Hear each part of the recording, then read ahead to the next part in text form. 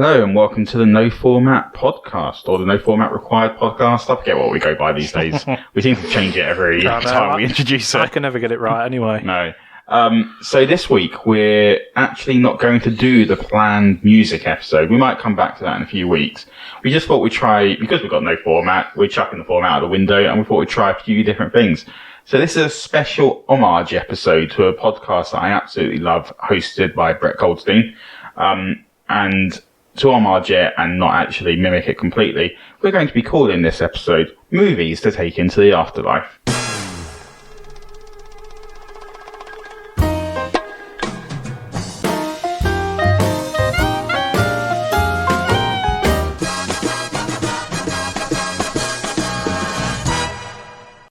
So joining me on this special homage episode is a man who's a member of the police force, a podcast co-host, a friend, a husband, not to me, a hot tubber, a prankster, an occasional toilet user.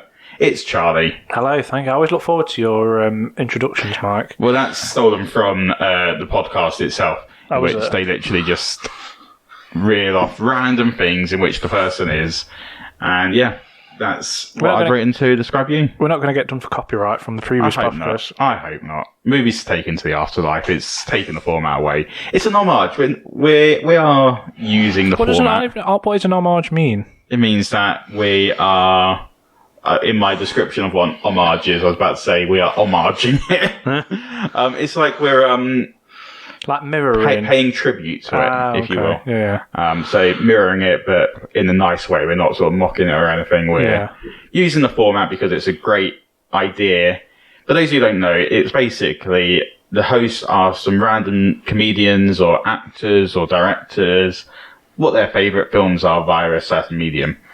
So we're going to get to know Charlie's favourite films via a series of questions, and just get to know him and a bit about him through these questions, hopefully. So first things first. Yeah, first things first. First thing is always first. But I feel let's just mention last 2 weeks we struggled a bit with those episodes. Yeah. We weren't recording in person.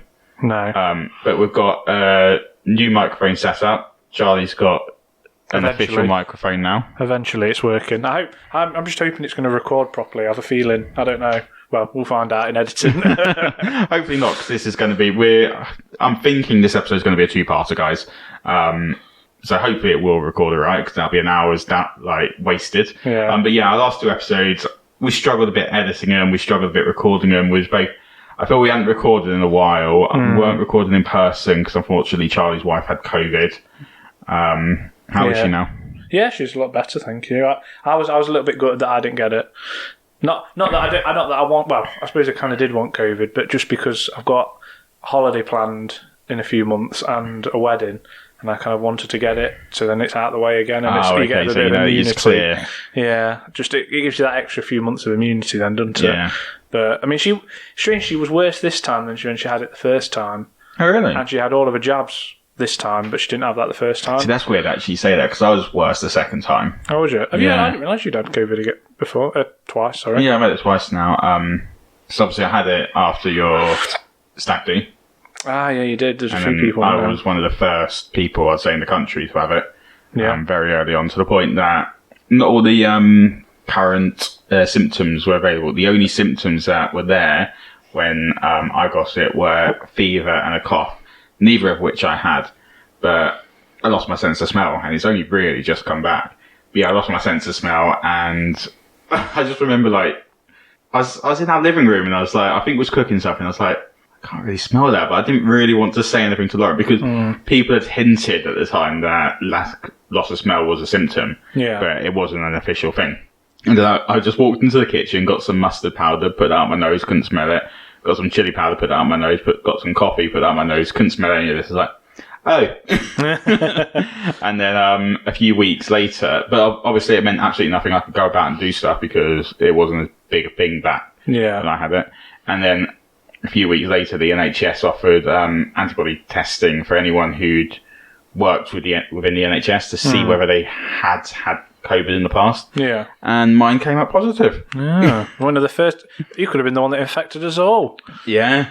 Well, infected the area around here. See, I had the same. I lost my... Lauren didn't initially when we had it, but I lost my smell and taste. And it's so weird because I've never had that. And you get a cold and it's bunged. It's like... You've still got a little bit there, but it's like... Yeah. It's bunged up. It's not fully gone. But I would vinegar every day. I'd go and smell vinegar. Like, multiple times of the day I was going just to see if it came back. Because I was panicking that I wasn't going to get it back. And I thought, I don't think I could... live without. Well, obviously I could live without it, but it would be I just wouldn't enjoy food or drink ever again. It's not quite the same. So anyway, moving on. The theme of this week's podcast is obviously movies. Do you watch a lot of movies? Not really. I'm not really a big movie goer, if I'm honest, Mike. It's a bit awkward when you asked me to do this idea. No, I do like movies. Yeah, I've not as I mentioned. I think I've seen one film at the cinema this year. Which by the way, I'm going to say something that we're going to be doing in a few months' time. We're going to be doing the Pop Culture Awards, in which we're going to give out awards to films, TV, video games, music, and all sorts of things that we've seen this year and this year only, and has got to have been released this year.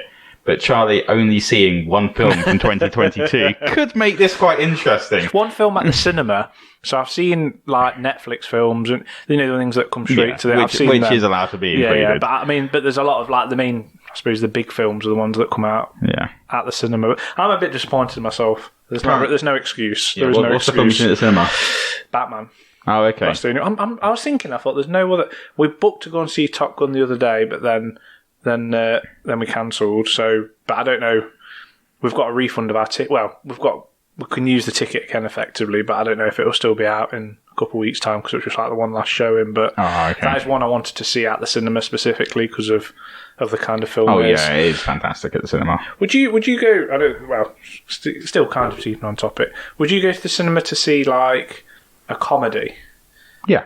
See, I wouldn't. I'd wait for it to come on. If it would, I only like because the cinema's an idea of this like big CGI. Yeah, you can see all everything that's there in a comedy. Exactly. You're not going there for the CGI. But I mean, I do like the whole experience of going to the cinema. Yeah. See, I'll see anything at the cinema. I like the experience, and then coming out afterwards and chatting to whoever you've been to the cinema with about that film. Yeah. Like that's a big part of it for me. Oh mate, I just realised this is really awkward. I forgot to tell you. What? You're dead. I'm dead? Yeah, you're dead. Okay. How did you die? Aeroplane crash. An aeroplane crash, very morbid. How did that happen? I was actually in Leonard Skinner. And no, do you know that? I don't, but I get a feeling it's going to be a really bad reference. That was very much wasted. I stole a plane from the airport, and actually that sounds more like a bit of a terrorist now. Yeah. I had to go at flying a plane, and then I just crashed it. You had to go at it? Yeah, I had to go. No experience whatsoever? No, when I was just very, very bad. Just love the idea of you being like, I can do that. I can drive a car, can't I? It's the same thing. I play on Flight Simulator, so why can't I have a go at it? But well, yeah, unfortunately, you've died. Do you believe in the afterlife or anything? No, not really. No. Well, I've got news for you. Oh, okay. An afterlife does exist. Oh, okay. And it's full of your favourite things. What are your favourite things? I probably have to say films. You don't have to say films. No, films. I would say films. Yeah. Okay, that's fine. Yeah, well, luckily for you, it's full of your favourite films, and everyone in heaven wants to know your favourite films. That's convenient. Yeah, very convenient. Compiled a list of questions to ask you about them. Are you playing the sort of what's his name thing at the pearly gate? St. Peter. Yeah, is this like? No, these are people. You're already inside. Yeah, yeah. Don't worry, you haven't been shut down to hell yet. Okay. Yeah. They're going to listen to your choices of films first, and then they'll make the decision later. Okay, fair enough. So the first thing that they want to know is what's the first film you remember going to see? What, at the cinema or just generally? Just remember seeing. I struggled with this one because I put Toy Story just because it was one of the earliest ones, and that was like 1999. I think it was earlier than that. Or was 94? It 7? Was it 94? 95. Was it 95?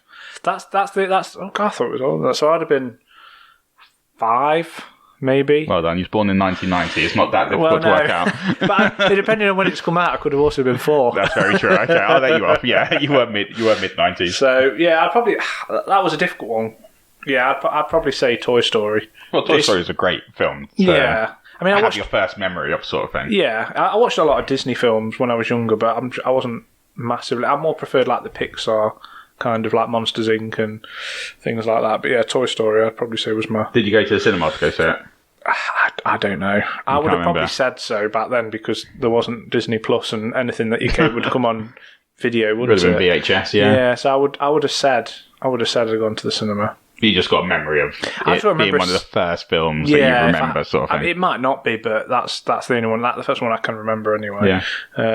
But yeah, no, it's good. I mean, and it's still a film that I'll watch now. But it's to say it holds up, story-wise, it holds up. Yeah. Animation, God, is shoddy. Yeah. Comparing it to I suppose, Toy Story 4 and the more modern things. That's the thing. I'm with my son recently. I watched Toy Story 4. Yeah. And I tried to watch Toy Story and I was like, oh, this is difficult. It's really bad. They didn't know how to animate people at the time either. Oh, really? You can tell if you look at Andy back in Toy Story 1 versus Toy Story 4. Yeah. Or Toy Story 3, because I don't think he appeared in Toy Story 4. I know he appeared in flashbacks. But yeah, anyway. Yeah, if you look at Andy, it's just really poor. His face just looks weird. And yeah, they haven't quite got their style. Well, they've got their style, but in terms of the technique, it wasn't quite there. I've not seen it in such a long time, and I still remember it as being, you know, like when you play on a PlayStation, when you played on a PlayStation 1 game, and you've not played it for years and years, since probably when you initially played it back in 1998 or 9, and you think the graphics are absolutely amazing on it, and then you like watch an old YouTube clip of it and you think, God, them graphics are shit. Well, like, I remember like GTA 3 being the most revolutionary thing I've ever played in my life. And but GTA 3... The 3D one. 3D, oh yeah, GTA 1 and 2 was from above. Top down, yeah. But that's why I think I still, with Toy Story, I still think of it like the graphics are really, really good. But again, it's been such a long time since I watched it. One of our friends, her daughter's basically, I think she's come out of the phase now, but I think for about 6 months, Toy Story on all the time. So they were going through. Really? They must have watched at least three of the films a day, and it's just a constant loop, and obsessed with Woody and Buzz. And I mean, I've got a Buzz Lightyear actually somewhere in my house. Lauren bought it me as a birthday present, but yeah, it's good. It's a good film, and I still enjoy it today. We're that with Encanto with George. Oh, just okay. Continuously on a loop. Encanto. Oh, is it? That's that musical. Yeah. Yeah. Lauren's watched it. I've not. Yeah, it's a Disney one, not a Pixar one. Oh, it's really good. Recommend it. Is it? Yeah. So, son, if you're listening to this, that's the first film that you saw. Right. What's the film that scares you, Charlie? So this one was called Amiga Man. I'm going to go with Amiga Man. Yeah. So I hadn't heard of this film when you sent it to me, and I googled it, and it's the original. So it's based on I Am Legend. Yeah. The original novel is called Amiga Man, isn't it? Yeah. So yeah. So what's so scary about it? It's like, so compared to, so it's got Charlton Heston in. He's like Will Smith's character. So if you've watched it, it's near enough the exact same as I Am Legend, but done in the 1970s. So end of the world, a brief description of it, and a virus has sort of wiped out majority of the world. The people that are alive are like weird creatures. So I think in the I Am Legend one, they turn into like monster creatures. They're like vampire-esque, aren't they? Yeah. Whether in this, they're more like a cult. And I think it was them that's freaked me out the most because they're sort of all pale. They have like, their eyes are weird. Like, I don't know if they have no pupils in their eyes or something like that. And when Charlton Heston's like, he's going around like looking for food or whatever, and he first sort of bumped into. So he's trying to find a cure, isn't he? Yeah. So he stayed in the area. Yeah, like and I think he had. Did he have a cure, or he got inoculated, or something? He was inoculated, or somehow. But then when he sort of first, because again they can't, sunlight and everything, they can't come out or whatever. But yeah, I mean when they first sort of see them come out, and again this was really low budget. Well, I say low budget. Charlton Heston's in it, so it must have been a big budget for the time. But obviously the technology wasn't there. There was no CGI. Apes, wasn't he? Yeah, it was Planet of the Apes. But yeah, it was just like makeup, like that was. Probably that's why they didn't have the vampire kind of thing they did. But yeah, they just really freaked me out. Really, like they're all pale, like white hair, and then their eyes were weird. They were all wearing these like big cloaks, and they were part of this like new sort of kind of cult. But yeah, I had nightmares about that. You can't see this as the audience, but Charlie's actually sweating profusely describing it. Like, it seems to be really giving him some PTSD. You know what? I don't know if I've actually watched it since. I remember sat downstairs watching it with my dad on an evening, and then thinking I shouldn't have watched that. Really? And it's not like now. I would watch it, and there's a lot more gruesome and stuff that I've seen since. But maybe it's just because of my age. Yeah. But yeah, that was probably the most scariest. That at the time, anyway. Good answer. It's not a film I've watched. And I watched I Am Legend. Yeah. And I didn't realise, obviously I knew it was based on a novel, but I didn't realise there'd actually been 2 prior adaptations. Oh, I didn't know that. Yeah, there was I can't remember who did the second one. Oh, okay. Obviously I researched it when you told me the answers. Yeah. But yeah, obviously the one with Charlton Heston was the first one. And yeah. It's good. I would recommend. I would actually like. Maybe we should watch it. Maybe we should watch it together sometime. Yeah, sounds like a plan. I need the support from you. I don't think I could. I think I would have flashbacks. I'd be hard behind you. Haven't got the blankets. They're ready. Right, Charlie. What's the film that makes you cry? See, I've never cried at a film. Yeah, you've said this. Yeah, I've never. And I was thinking back, and I'm. There's times. Is there any films that have elicited like emotion of sadness? I Sorry, I forget you're a robot. Yeah. Like, I've been sad watching films, but not to the point where I'd have cried. Like, the closest I've come to crying, and it wasn't out of sadness, it was Avengers Endgame, where they all appear. Yeah. Like, 'cause obviously I generally didn't know. Okay, so that's not... But that's not sadness. And it's also not the bit that I thought you'd going to say. Oh, okay. Oh, by the way... There will be spoilers in this episode, obviously. Because I'm about to spoil a bit of it. I was just going to say, I think I know which bit you're going to say. Yeah, like, literally, Tony Stark dies. Yeah. He sacrifices himself. I was never a big fan of Tony Stark, so I wasn't massively bothered, to be honest. But no, I've never... I've been sad at films, but never cried. Have you? Well, definitely, yeah. Yeah? Yeah, we'll talk about... in fact, I'll say one. I've written down a few... I put the most recent one that I cried at on my questions. So we will do a version of this where Charlie interviews me. But one of my ones was Infinity War. Oh, really? Literally written down Infinity War. Oh, okay. Not Infinity War, I meant Endgame. Oh, Endgame. And I meant Endgame when I put Infinity War. Yeah. It's the Infinity Wars, isn't it? And I assume that's the Tony Stark. Yeah. Yeah, I mean, I think sometimes with films, like, I think that it's not real. Oh my god, I've just realised the one that does make me cry every single time. I'm just going to write it down before I forget. Oh, okay. Is this for another week's podcast? Or for your... Yeah, for my week. Yeah, okay, we won't answer that one. But yeah, it's not... This, like I say, I've been sad, but never cry. Like Lauren, she'll cry. Yeah, see, I cry at any... Oh, do you? Yeah, I get invested with the characters. Yeah. So... I'd probably say I've probably been more close to crying with a TV series because that's over years. You know, a film, you go and see it for 2 hours or 3 hours. But a TV series, you could be like effectively 3-4 years watching watching them people. For Love and Thunder? Yeah. I went to see that at the cinema alone. Oh, okay. Didn't have anyone to go with. And I sat there crying at the end of it. Oh, did you? Yeah. There was like 2 other people in the cinema. So I went at like 9 o'clock in the morning. Yeah. And yeah, sat there on my own crying. You're an emotional guy, Mike. I am. No, I've never... Yeah. I really did wrap my brains. I mean, maybe when I was a kid. Well, you took a while to send the answers for these, so yeah, I did try and think. And I made some more notes thingy, but I still couldn't think of one. So that's right. I'm just a machine. Yeah, battle through. Death. What's that? Right. This is an interesting one. Okay. What's the film that you love but people hate? Well, I don't.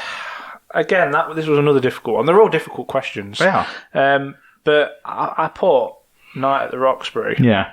Because I know Will Ferrell's in it, and it's early Will Ferrell. And it's very early Will Ferrell. A lot of people... Well, I say I know a lot of people. From the people I know, Will Ferrell is like one of them people that love or hate him. Like, they either like him, because he kind of plays similar roles in a lot of films he does. Like, he's not... You never see him in a serious drama or like a Christian Bale. Although he's really good in Stranger Than Fiction. Well, you ever watched that? No, I've not seen Stranger Than Fiction. I think it's Emma Thompson. It's been years since I watched it, so like in terms of my trying to remember this, a bit flaky. But Emma Thompson's a writer on a novel, and Will Ferrell's character somehow realises that his life is being written by Emma Thompson. Okay. So the character she's writing about is Will Ferrell. Okay. And he finds out that she plans to kill him off in the next book. Yeah. And obviously that means that he will die because his life is what she's written. Yeah. And it is a bit of a comedy. Okay. But it's more of a drama than a comedy. It's an interesting role for him, and he's actually really good in it. Okay. I'm just while you were talking about that, there was another film. I'm just trying to find what it's called now. But it was more of an outset. Everything must go, which I've kind of is that the one where he myself. loses all of his belongings? Well, he's sort of in a divorce, and he sort of, I think his wife chucks his ex-wife, or basically puts all of his stuff out on the front lawn, and he's like saying, "Well, I'm not moving. You know what I mean? Why should I have to move?" kind of thing. And he sort of befriends this kid on the street, kind of thing. There's a little bit of like a joking side to it and things, but it is quite serious. So I was just thinking, actually, I mean, there's two films that I suppose. Anyway, Night of the Roxbury. Yeah. Yeah, I mean, again, it's a film that I've not seen in a long time. Yeah, so I tried to watch it last night. Yeah. I couldn't get further than 8 minutes. Oh, really? It was awful. It was a good choice then. It was one of the worst things I've ever watched in my life. It's very, very early. I mean, 1998? Very, very early Will Ferrell kind of thing. The only thing that was good about it was the beginning, which I believe... So it's based on an SNL sketch. Okay. In which these characters... the main joke of it is they constantly try to hit on women and fail. Yeah. And the ways of sort of like hitting on women is just to go up and start like sort of grinding, dancing against them. Yeah. But the main part of it is they're sitting there head bobbing along to What Is Love by Hathaway. Yeah. And every time I hear that song, I think of Night of the Roxbury. Yeah, you got to sort of bob your head back and forth as you're listening to it. And it just felt like that was the joke still. Like the film, that was still the only joke of the whole film. And it didn't work for me. No. It's not one of my favourite Will Ferrell films, but I do find it funny. It's just because it's stupid. I mean, really, if you think about it in hindsight, like you couldn't release a film like that nowadays. Like you think they're going up to women and rubbing themselves on them? God, no. Like you think actually this is quite a controversial film, really, because what's it? You know what I mean? That's not. Yeah, but if you do that, you can't watch any film pre-2005. Well, yeah, that's not in terms of that, but everything's got a I was listening to a recent episode of this podcast in which I was talking. I think it was Bill Hader was telling his kids to watch 16 Candles, and then realised halfway through, like, that was a film with Stevie for big sort of like I think it's John Hughes, like Rat Pack, John Hughes type film. But effectively, they rape a woman in it. Oh, okay. But it's okay to sort of like take advantage of a woman back then. It's not okay, obviously. But it was just very different. Not like American Pie, you look back at that. Yeah, that's like true. The scene, they literally set up webcams to record a woman getting naked. Yeah. There's so many... Yeah, the films of our youth do not hold up this day and age. No, they definitely don't. They definitely don't. But yeah, I mean, apart from one other friend who was actually the one that told me about it, I can't think of anyone else that likes it. I mean, would you say you like Will Ferrell? Yeah, I really like Will Ferrell. So the fact that you like him and don't like this, I can't stand it. Yeah, fair enough. Yeah, I had it on DVD and I don't remember enjoying it, but I tried to sort of give it another shot. And yeah, like I say, 8 minutes in is as far as I got. I got them up to telling their mum how beautiful she was, and just her saying, "Thanks, it's a new nose." And it's the one that plays Stifler's mum, I believe. She's a police officer. Oh, she's a police officer? Yes. Ah, okay. They to get the ticket in, and yes. Bit of a dated film, but very good answer to the question because I hated it. Yeah. Right, I think we'll do the next question, and then maybe we'll leave it there for this episode, and we'll discuss that in a second. Yeah. What's the film you hate but people love? So the reverse of the last question. I put an answer here, but I don't know why I put that answer. Longest Day. Oh, wait a minute. I'm looking at my wrong thing. I've got another film. You got the next one, okay. But no, that's fine. We'll go with that one. Is that one that you don't like but people love? No, it don't make. That's why it didn't really make sense. Okay. But no, this one. Yeah, sorry, no, The Longest Day. Yeah, because The Longest Day, it's a long film to start with. It's like I've not heard of it, and I googled it. It sounds quite an interesting film. The war's told by the perspective of different people. Yeah, who are involved in it. It's set on D-Day, so it's all filmed on D-Day, but it's set like say throughout D-Day. It's got John Wayne in it. It's got Sean Connery in it. I was going to say it's got some big high-profile names in it. Yeah. So it's got Americans, Brits, and Germans, hasn't it? And there's there's like free French in there as well. I mean, it is a good film. I do enjoy it, but it won 2 Oscars and it was nominated for Best Picture. So you know more about it than me, Mike. You've done your research. But yeah, it is a good film, but I don't. Unless you're into. I mean, unless you're into. So hate the wrong sort of word. You don't like it, but Wait, what was the question? Which one? the film you hate but people love. Oh, wait a minute. Well, no, that's wrong then, The Longest Day. I don't know why I don't know. The Longest... Oh, I don't know what The Longest Day is for. I don't know what I've put for that then. Am I all over here? See, I've got Ants down after Night at the Roxbury. You sent me Longest Day down for the second bit. A film that people... That you hate. Do you hate Ants? Oh, yeah, I'd probably say I dislike Ants. Yeah, no, Ants is the right one. Ignore The Longest Day. I can't remember what that's about. Okay, we'll see if it's involved. We'll have a break in a minute, and we can double check your answers. Yeah. But no, and I'm going to go. No, now I'm trying to think where.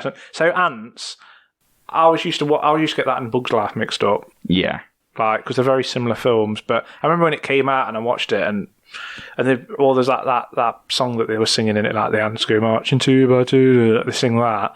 And everyone, when it first come out, like I think McDonald's did like you know the little toys and stuff that they get and stuff like that, and it was just one film that I just didn't. See, I remember watching it a lot as a child. I can't massively remember past where Sylvester Stallone's character loses his head. I didn't even realise Sylvester Stallone was in it. Yeah. It's like one of them Disney... what they were, big warrior ants. Oh, okay. Because it's a Woody Allen film, isn't it? Maybe. You hate it, so why would you know? Yeah, it is a Woody Allen film, yeah. I'm just having a look now. Sharon Stone. Jennifer Lopez is in it. Gene Hackman, Danny Glover. I don't know who that is. No, there's quite a few big names. That's like Dan Aykroyd. Christopher Walken.